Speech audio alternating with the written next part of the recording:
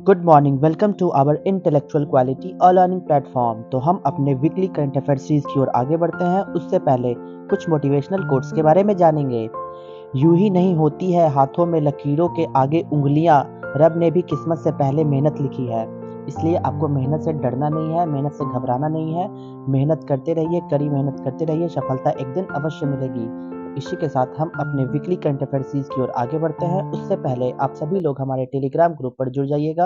यहाँ पे आपको सारे पीडीएफ प्रोवाइड होंगे हमारे यूट्यूब सेशंस के। तो चलिए 14 जनवरी से लेकर 20 जनवरी 2024 तक सारे करंट अफेयर्स को हम डिटेल में कवर करेंगे। तो वीडियो के अंत तक बने रहिएगा। क्वेश्चन नंबर 1, सीलवर्धन सिंह को किस संवैधानिक आयोग का सदस्य नियुक्त किया गया है? तो राइट आंसर हो जाएगा, ये गलत है, यूपीएससी का, यूनियन पब्लिक सर्विस कमीशन का इन्हें नियुक्त किया गया है सीलवर्धन सिंह को एज अ मेंबर के रूप में, कॉन्स्टिट्यूशनल कमीशन के रूप में। आपको ये पॉइंट याद रखना होगा। यूनियन पब्लिक सर्विस कमीशन के हाल ही में मेंबर नियुक्त किए गए किन्हें? तो सीलवर्धन सिंह को। नेक्स्ट क्वेश्चन नंबर 2 की ओर। हाल ही में आइंस्टीन प्रोब उपग्रह किसने लॉन्च किया है? तो राइट आंसर होगा चाइना। चाइना के द्वारा हाल ही में लॉन्च किया गया आइंस्टीन प्रोब, ये एक सैटेलाइट है जो पता करेगी ब्रह्मांड के रहस्य के बारे में। तो चाइना के द्वारा लॉन्च किया गया आइंस्टीन प्रोब का, जो पता करेगी कि हमारे ब्रह्मांड के रहस्यमय चीजों को पता करने में ये सैटेलाइट्स हेल्पफुल रहेगा। चलते हैं नेक्स्ट क्वेश्चन नंबर 3 की ओर। हाल ही में अंतर्राष्ट्रीय पतंग महोत्सव 2024 कहाँ शुरू हुआ है? तो राइट आंसर होगा गुजरात। गुजरात में शुरू किया गया इंटरनेशनल काइट फेस्टिवल 2024। तो इसी के साथ यहाँ पे मकर संक्रांति का भी पर्व मनाया गया। और आपको ये पॉइंट्स याद रखना होगा कि इंटरनेशनल काइट फेस्टिवल्स गुजरात में सेलिब्रेट किया गया। नेक्स्ट क्वेश्चन नंबर 4 की ओर। हर वर्ष राष्ट्रीय युवा दिवस कब मनाया जाता है? तो राइट आंसर होगा 12 जनवरी। 12 जनवरी को हर वर्ष नेशनल यूथ डे मनाते हैं हम लोग। किसके बर्थ एनिवर्सरी पे? तो स्वामी विवेकानंद के बर्थ एनिवर्सरी पे ही हम लोग नेशनल यूथ डे सेलिब्रेट करते हैं।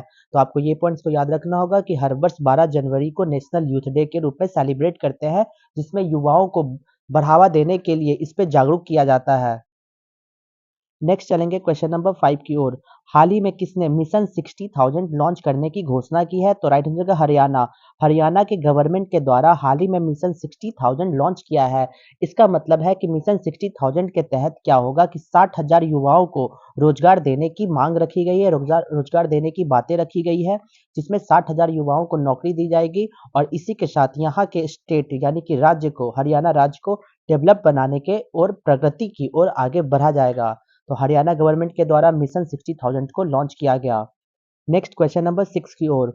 हाल ही में टी20 अंतर्राष्ट्रीय क्रिकेट में 150 विकेट लेने वाले पहले गेंदबाज कौन बने हैं? तो राइट आंसर होगा टीम सऊदी।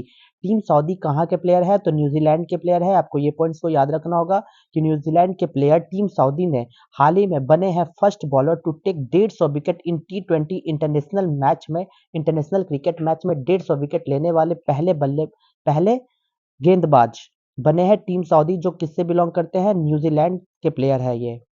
नेक्स्ट चलते हैं क्वेश्चन नंबर 7 की ओर।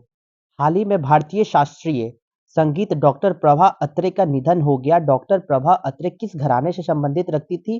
तो राइट आंसर होगा किराना घराना। किराना घराना से बिलोंग रखती थी ये। इंडियन क्लासिकल म्यूजिक कौन है? डॉक्टर प्रभा अत्रे जी, इनका हाल ही में निधन हो गया। इसी के दौरान आपको ये पॉइंट्स को याद रखना होगा, ये बहुत ही इंपॉर्टेंट पॉइंट्स हो जाएंगे कि डॉक्टर प्रभा अत्रे किस घराने से बिलोंग करती थी? तो किराना घराना से वो बिलोंग करती थी। नेक्स्ट क्वेश्चन नंबर 8 की ओर। Centre for research on energy and clean air CREA की रिपोर्ट के अनुसार भारत का सबसे प्रदूषित शहर कौन सा है? तो राइट आंसर हो जाएगा बर्नीहाट मेघालय।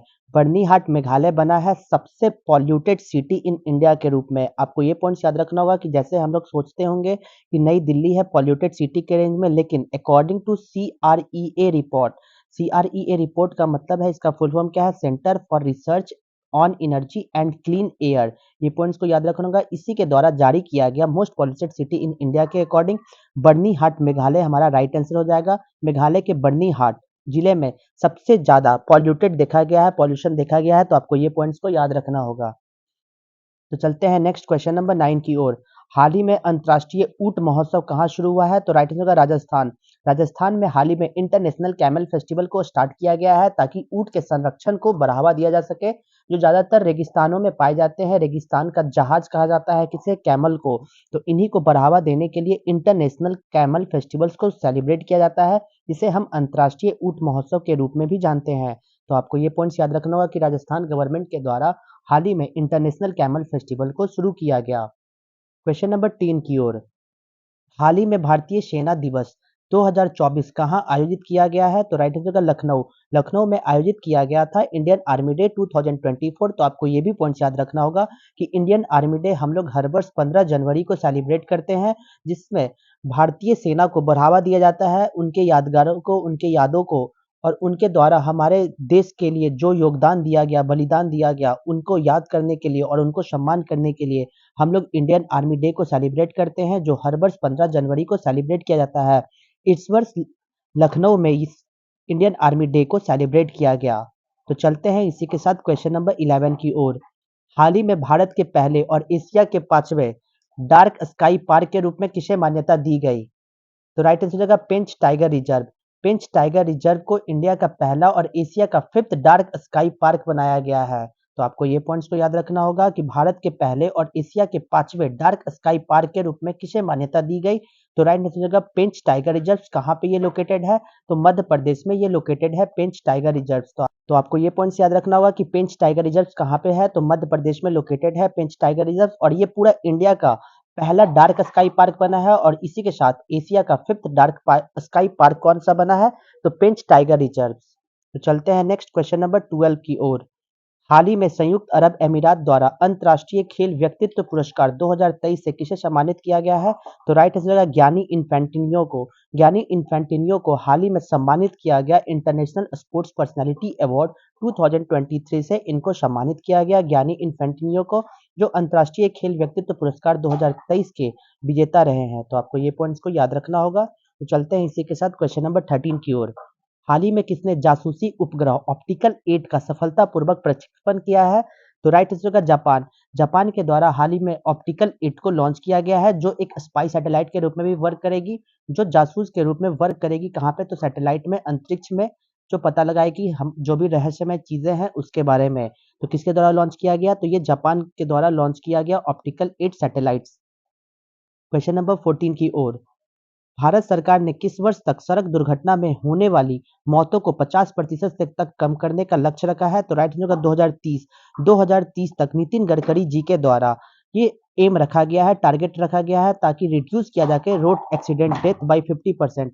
50% तक जितने भी रोड एक्सीडेंट होते हैं तो उनको कम करने का लक्ष्य रखा गया है कि 50% तक हम लोग रोड एक्सीडेंट को कम कर सकते हैं। कब तक? तो 2030 तक। तो ये पॉइंट्स को आपको याद रखना होगा। नेक्स्ट क्वेश्चन नंबर 15 की ओर। हाल ही में राष्ट्रीय स्टार्टअप दिवस 2024 कब मनाया गया है? तो राइट आंसर का 16 जनवरी। 16 जनवरी को हर वर्ष नेशनल स्टार्टअप डे के रूप में सेलिब्रेट किया जाता है। 2024 में इसका स्टार्टअप डे सेलिब्रेट किया गया 16 जनवरी को। Question number 16। हाल ही में विश्व प्रसिद्ध धनु यात्रा कहाँ शुरू हुई है? तो राइट आंसर का उड़ीसा। उड़ीसा स्टेट में धनु यात्रा को शुरू किया गया था, जो इसको धूमधाम से मनाया गया। ये पूरे दुनिया का फेमस है धनु यात्रा के रूप में। तो आपको ये पॉइंट्स को याद रखना होगा कि धनु यात्रा उड़ीसा स्टेट से बिलोंग करती है। क्वेश्चन नंबर 17 की ओर। हाल ही में सर्वाधिक 150 अंतर्राष्ट्रीय T20 मैच खेलने वाला पहला पुरुष क्रिकेटर कौन बना है? तो राइट आंसर होगा रोहित शर्मा। रोहित शर्मा इंडियन कैप्टन, भारतीय कप्तान रोहित शर्मा ने T20 इंटरनेशनल मैच में 150 इंटरनेशनल मैच खेलने वाले सर्वाधिक प्लेयर के क्षेत्र में रोहित शर्मा को मिला है सबसे पहला मेल क्रिकेटर के रूप में, जो सबसे ज्यादा इंटरनेशनल मैचेस खेले हैं, T20 इंटरनेशनल मैचेस।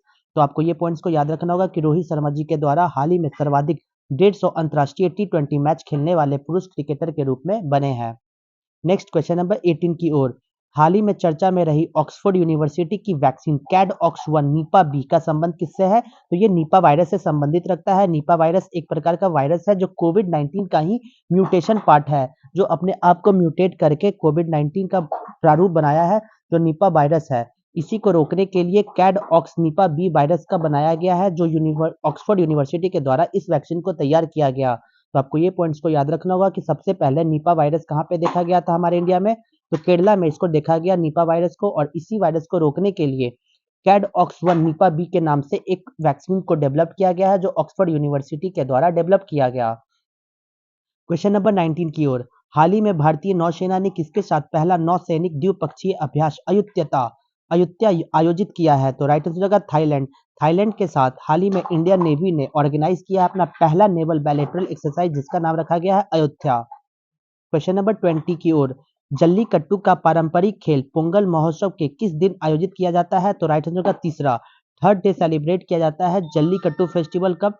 तो पोंगल फेस्टिवल के तीसरे दिन जल्लीकट्टू फेस्टिवल को सेलिब्रेट किया जाता है। तो ये किस स्टेट में होता है? तो ये तमिलनाडु स्टेट में। आपको याद रखना होगा कि तमिलनाडु स्टेट में जल्लीकट्टू फेस्टिवल को सेलिब्रेट किया जाता है जो पोंगल के तीसरे दिन ही इस पर्व को मनाया जाता है। ये पर्व बहुत ही धार्मिक चीजों से देखा जाता है। इस पर्व को पहले बैन कर दिया गया था सुप्रीम कोर्ट के अकॉर्डिंग, बट इस पर्व को फिर से चालू कर दिया गया है। जो तमिलनाडु के धर्म से रिलेटेड इस पर्व को सेलिब्रेट करते हैं लोग। तो आपको ये पॉइंट्स याद रखना होगा कि जल्लीकट्टू जो फेस्टिवल है वो तमिलनाडु स्टेट से बिलोंग करती है और पोंगल के तीसरे दिन ही इस फेस्टिवल को सेलिब्रेट किया जाता है। इस फेस्टिवल का सबसे प्रमुख कारण क्या है कि इसमें बुल फाइटिंग की जाती है, यानी कि सांडों को आपस में लड़ाया जाता है और सांड के सिंग में लगाया जाता है सोने की एक थैले में सोने को डाल दिया जाता है और इनके सिंग में इसको टांग दिया जाता है और जो प्लेयर उसको वहां से निकाल लेगा तो वो प्लेयर उस विजेता हो जाएगा। तो यही इस पर्व का खासियत है। तो आपको ये पॉइंट्स को याद रखना होगा कि जल्लीकट्टू फेस्टिवल पोंगल के तीसरे दिन इस फेस्टिवल को सेलिब्रेट किया जाता है। कहाँ पे बिलोंग करता है? तो तमिलनाडु स्टेट में इस फेस्टिवल को सेलिब्रेट किया जाता है। तो चलते हैं नेक्स्ट क्वेश्चन नंबर 21 की ओर। निम्नलिखित में से 10वें सिख गुरु कौन थे? तो राइट आंसर होगा गुरु गोबिंद सिंह। गुरु गोबिंद सिंह हमारे 10वें सिख गुरु है। यहाँ से भी डायरेक्ट क्वेश्चंस आते हैं। तो चलते हैं नेक्स्ट क्वेश्चन नंबर 22 की ओर। हाल ही में भारत के नंबर 1 शतरंज खिलाड़ी बनने की उपलब्धि किसने हासिल की है? तो राइट आंसर होगा आर प्रज्ञानंदन।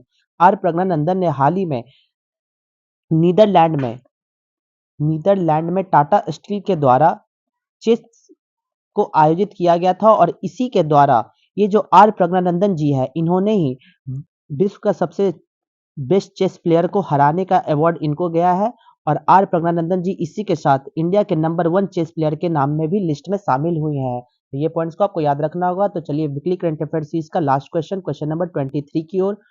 कौन हाल ही में बाजार पूंजीकरण के अनुसार भारत की सबसे मूल्यवान सरकारी कंपनी बन गई है? तो राइट आंसर होगा life insurance company LIC life insurance corporation of India के द्वारा। ये पॉइंट को याद रखना होगा कि ये सबसे मोस्ट वैल्यूएबल गवर्नमेंट कंपनी बनी है जो SBI को भी पीछे छोड़ दी है। SBI से भी आगे सबसे आगे क्या हो गया है? Life insurance corporation of India. ये एक लाइफ इंश्योरेंस वाली कंपनी है। आपको ये पॉइंट याद रखना होगा और ये गवर्नमेंट ऑथराइज्ड कंपनी है और इसी के द्वारा यहाँ तक हम अपने वीकली करंट अफेयर सीरीज को खत्म करते हैं। तो यहाँ तक वीडियो को देखने के लिए thank you so much guys. Video को ज़्यादा से ज़्यादा हो सके तो लाइक शेयर और सब्सक्राइब करें ताकि और भी कंटेंट आपके पास पहुँच जाए। जय हिंद, जय भारत दोस्तों।